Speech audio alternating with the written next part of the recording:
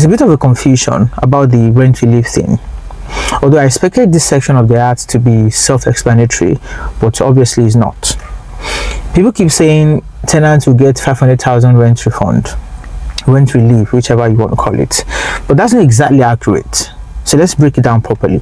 Section 30 subsection 2 of the new tax act says you get 20% of your annual rent as relief, but there's a maximum cap of 500,000 naira, meaning government will only recognize up to 500,000 naira, even if your 20% is higher than that. Now, say for example your rent is 1.5 million, 20% of that is 300,000, so your relief is just 300,000. Simple and direct. Or let's say your rent is 3 million naira, 20% of that is 600,000 naira, but remember the cap, so your relief is just 500,000 naira max, not 600,000. So if your landlord is calling 6 million naira for one small bedroom apartment in Lekki Phase 1, don't think the government is dropping 20% of that, which is 1.2 million naira for you. No.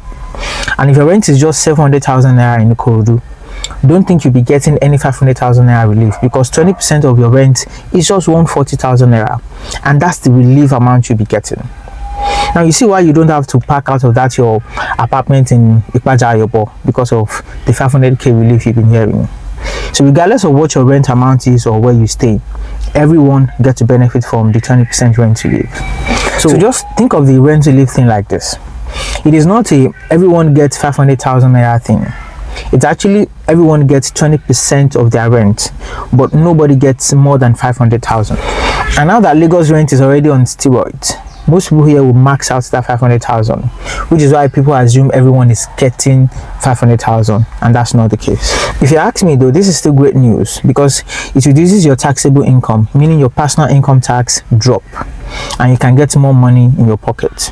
A small win in these interesting economic times.